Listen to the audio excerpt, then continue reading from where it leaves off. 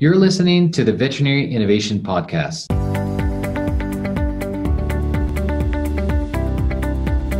You're listening to the Veterinary Innovation Podcast. My name is Sean Wilkie, and along with my awesome co-host, we interview the innovators in this space every week.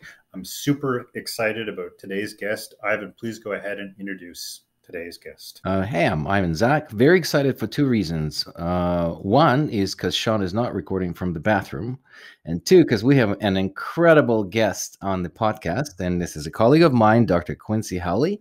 And we're going to talk about the veterinary burnout and well-being, which is a topic that I really love. And he has a company that's called Get Motivated. Quincy is a graduate of 2013 of North Carolina State College of Veterinary Medicine and has been in small animal practice since graduation. After overcoming his own bout of veterinary burnout, he created Get Motivated Veterinary Wellbeing Solutions, LLC, to help all members of the veterinary community to enjoy life. Since creating the company, Dr. Howley has given over 100 talks on this subject of burnout and well-being at vet schools, major veterinary conferences, and hospitals. Quincy, welcome to the show. Thank you for finding the time. Thank you, Sean and Ivan. I am honored to be here and really looking forward to this conversation. Thanks for having me. Our story is very similar. I burned out when I was working as a veterinarian, and I don't know how open you are to talk about your experience, but I think it will be a good start. If you can just tell us how you experienced burnout, how did you find the solution out of it, and where did the project come from, and how did you come up with the idea? It's such a long story. I'll try to keep it short, brief, and to the point. And if you want to jump in at any point, feel free to do so. But like you said, I graduated from veterinary school in 2013. And then I went into a really busy practice. So I was seeing about 25 to 35 cases a day as a new grad. And on my surgery days, I was doing about 10 to 15 anesthetic procedures. And the big thing is that I just didn't have any healthy ways of coping with the stress that life and veterinary medicine could bring. I just didn't know. So I didn't know about burnout, didn't know about well-being, didn't know about any of those other somewhat non-clinical things that can affect us. And I chose alcohol as my solution to dealing with that stress. And I would leave work. I would go to the first gas station I would see on the way home. I'd get an alcoholic beverage, pour it in a cup, and I would drink and drive on the way home. And then when I got home, there was another car in my driveway that had more alcohol in it. And I would take a couple of shots before I went in the house to face I had 7 dogs at the time, my wife and my 1-year-old daughter. And, the big thing behind somewhat my story is that when we come into veterinary medicine, we're not really thinking about those stresses that life and that practice in and of itself can bring. And back in 2013, there just wasn't a lot of talk about the really good solutions and strategies and frameworks and things like that can really help you if you find yourself in a situation like that. So, I really want to applaud for how brave you are to tell your story, because my story is very similar. And I was coming from I'm Ukrainian by my nature, country of origin, where drinking was normal thing, and regardless of the situation. So when I turned to alcohol as well in my burnout, I was trying to regulate my sleep from basically doing all the night shifts. So I thought, okay, I need to fall asleep at 9 a.m. and then wake up in the evening to go back to work. And alcohol was that sort of mechanism that I used to regulate it, and not necessarily helpful, because then you wake up with a hangover and then, it kind of gets into a cycle. So it wasn't really helping, but it's only probably a recent year or year and a half when I'm comfortable talking about it the way you are doing it. Because at that point, when I sort of hit my emotional and literally bottom, I felt that I was ashamed. Because it's not just burnout. I'm not sad. I'm not, I was drinking. And to me, I did find shame in that. And only sort of 10 years past, I'm feeling more comfortable talking about it. So how was that step? And how did you become so comfortable talking about it? And then obviously helping other people by doing so? Wow. I mean, great question there. And thank you for sharing that with me as well. So in 2016, the day after the 2016 presidential election in November, I was sitting in this exact same office, and something came over me because my drinking and all that stuff, I gained a lot of weight, was having suicidal ideation. It carried on for about 3 years after graduating. And so day after 2016 presidential election, I'm sitting in this office and something comes over me and I said, you know what, dude, enough's enough. You're professional. I was the president of the North Carolina Association of Minority Veterinarians at the time. I had my 1-year-old daughter, and I just knew that my wife deserved more at that point, that I personally as a human and as a veterinary professional deserved more at that point. And I made a commitment to do better and be better. And this bookshelf behind me with the 180 books on it, the 2 bookshelves, they were empty back in 2013 and 2016. So I ended up reading 60 books in 10 months, a lot of audio books and things like that. And I was seeing results just in my life from being a practitioner of what I was reading and not just reading and then doing nothing with that advice and information. So a lot of these books are on just like well-being and happiness and relationships and things like that. And I learned so much. But once I had transformed my life, Ivan, I really wanted to share it with the world, but I was terrified. And so at the spring meeting for the North Carolina Association of Minority Veterinarians, I didn't have a speaker and I needed a speaker. And so I asked my wife, I said, do you think I should be the speaker and share my story with everyone? Now, keep in mind that in this meeting, we're going to be my mentors, like people who've been mentoring me since I was a pre-veterinary student, some of my classmates, and then pre-veterinary students who were looking up to me as a practicing veterinarian now. And she said, hey, if it's in your heart, then you should do it. And I was terrified, but I presented at that meeting. And at the end of the meeting, people were just kind of staring at me. And there's maybe about 40, 50 people in the room. And I didn't know what they were thinking. And them nodding their heads a little bit. But an 80-year-old veterinarian comes up to me at the end of it. And I'm just thinking to myself that he's probably about to grill me and be like, look, you can't be putting this story out there, especially being an African-American male veterinarian. Don't ever tell this story ever again. And so he comes up on his walker and he says, Dr. Hawley, thank you for sharing that story. I wish I had heard that story 50 years ago. And I got chill bumps when he said that because I was so nervous and so afraid to share that story, but I did it anyway. And he ended up passing away a month later. But that was like my go ahead, like go share this story, and if somebody doesn't like it, then that's fine. But there may be one person or 2 people in the audience that can learn and grow from your story and maybe even be empowered to turn their own lives around. And so from there, it's been not easy, but but it has been easier to share that story. That's incredible. I mean, that's such a courage as well as humility in the same act. And that's huge what you've done there. And so many people are actually going through similar things and they just don't want to share that. So thank you for doing that. And I wasn't brave enough to speak in front of the veterinary community. But the worst thing about when we go down a hill in that particular way, everybody knows. Like, we're the last ones to actually hide it from us. And until you admit you have that problem, you can't really find your way out. But I want to switch to now the happy side of it. So you found a way out. And you decided you want to teach that to others and kind of carry the message out there. So tell us about the idea for your project and then how it kind of started and where it is right now. Yes, absolutely. So I knew that my story had been scientific in nature. I knew that me being burnt out was because I just didn't have any tools or strategies for that, right? I wasn't reading any books. I wasn't listening to podcasts. I wasn't watching YouTube videos and putting any effort into my well-being.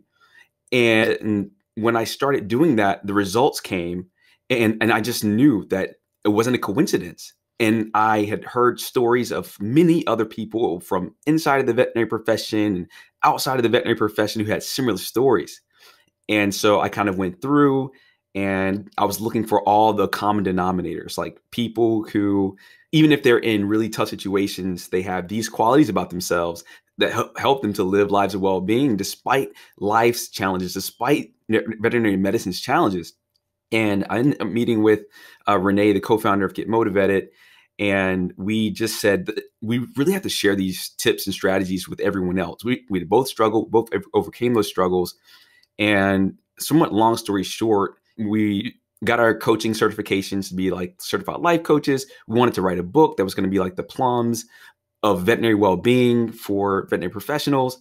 And then we became speakers, and that morphed into our largest project, which we have now, which we're so excited about.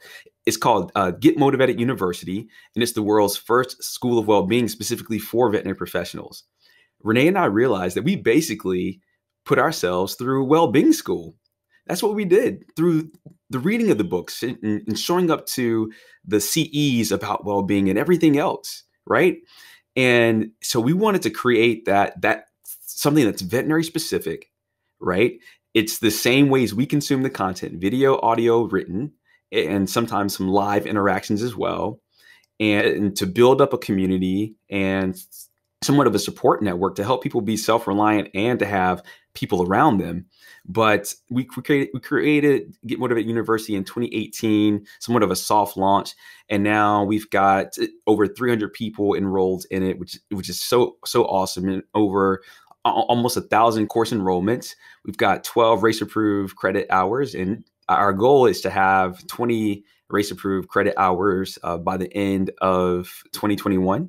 And we're on pace for that, really excited about it, so that people can get CE credits if you're licensed, as well as we have like 40 plus hours of non-race approved content of just what we call deluxe well-being courses that people can really go and take a deep dive and learn a lot of the things that I wish I knew when I first graduated, or even before I went to veterinary school. That's so awesome. And so you talk about these two concepts of internal and external well-being factors. And I wonder if it's anything related to what I spend my time on, because there's what I feel, again, I'm not as qualified as you are in the area. I'm just a dude that burned out myself.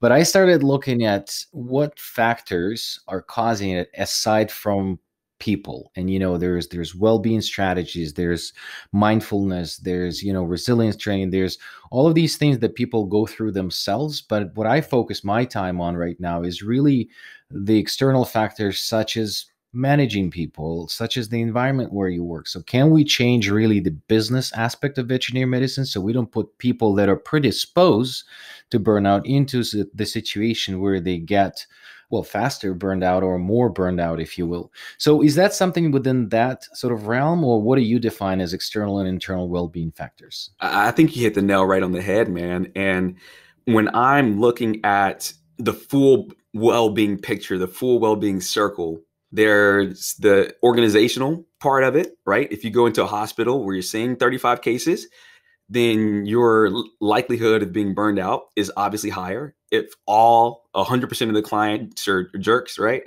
And they're all giving you a hard time and your teammates are all evil and, you're expected to stay late every day and come in early every day. Like those things structurally or organizationally, those external factors will certainly affect your well-being, right? If your boss is an a-hole, it will affect your well-being, right? Even if you have a lot of tools and strategies to deal with that, it'll still affect you in some way.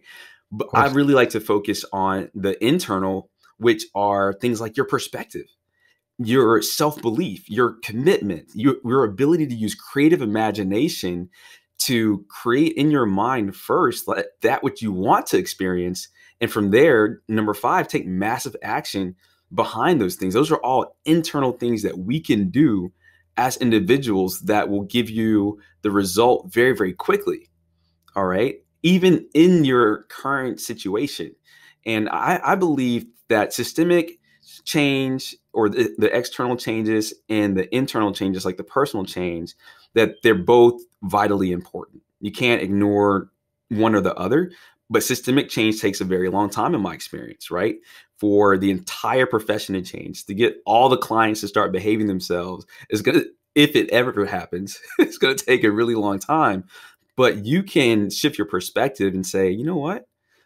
I'm going to find the advantage in this disadvantage. I'm going to find the opportunity in the chaos.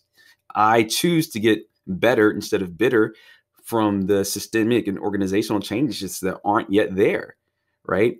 And those are the things you can control. And those are the things that I controlled first. And now through Get Motivated, we're hoping to be able to change the system of things, if you will, as well. I think there are people doing all parts of those, but you can get through the internal part, you can get the results like next week. Quincy, wow, this is amazing. It's been a really interesting conversation. I've been sitting back thinking, can I contribute anything to this conversation? But really listening to you guys go at it, and it's been quite enjoyable. But I do have a couple of questions. The first, and maybe that'll be a little bit rapid fire, but the first is, out of the 300 people that have joined your organization, what are other unhealthy ways that people are dealing with the stress of the burnout that they might be down the road on that they don't know? Just to help people that might be listening to our podcast maybe self-identify and help them kind of, at least understand that maybe they're one of the people that are heading for the same road that both you guys went down. Yeah, absolutely. I think one of the first and biggest things is somewhat the bitterness of things, if you will, of just thinking that the profession sucks, if you will. You probably came into the profession because you enjoyed it, or there was some aspect of veterinary medicine that you enjoyed. There's a reason you desired to come here. And if you're now looking at it and thinking that it's a bad thing, then that would be one of the biggest signs, in my opinion, that someone is on a path that isn't going to necessarily end well if they continue going down that path.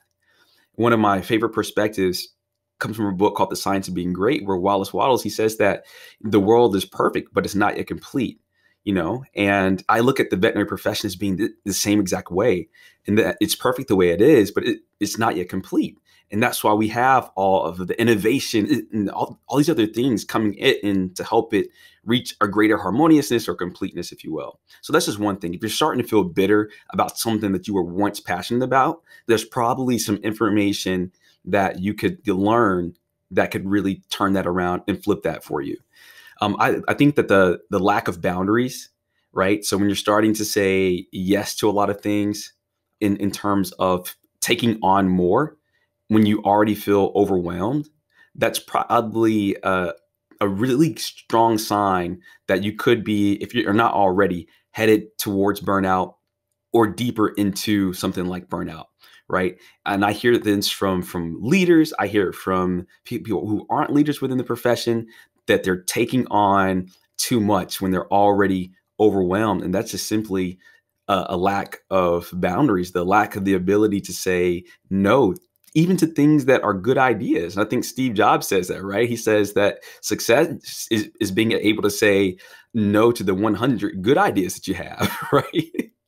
And especially for people who are innovators and creators and who really want to get out there and share their stories. But those are two of the biggest ones that I see that I would kind of throw out there. If you are getting yourself into trouble by saying yes too much, and also if you're starting to feel bitter. Awesome. That's great, Quincy. So we haven't talked too much about what you've done or why it's innovative or why it's different. But I think, within the minute that we've got left, like, if people want more information, they think that this might be good for them or their company, the work that you guys are doing, how do they find out? Where do they go? What resources can you point them in the direction of? Yes, absolutely. And, I think that Get Motivated University, first and foremost, is innovative because this is the world's first school of well-being.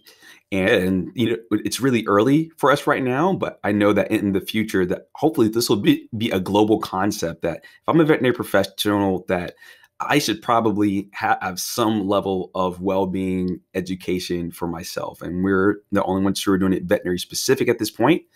But with that being said, you can find us at www.getmotivateduniversity.com.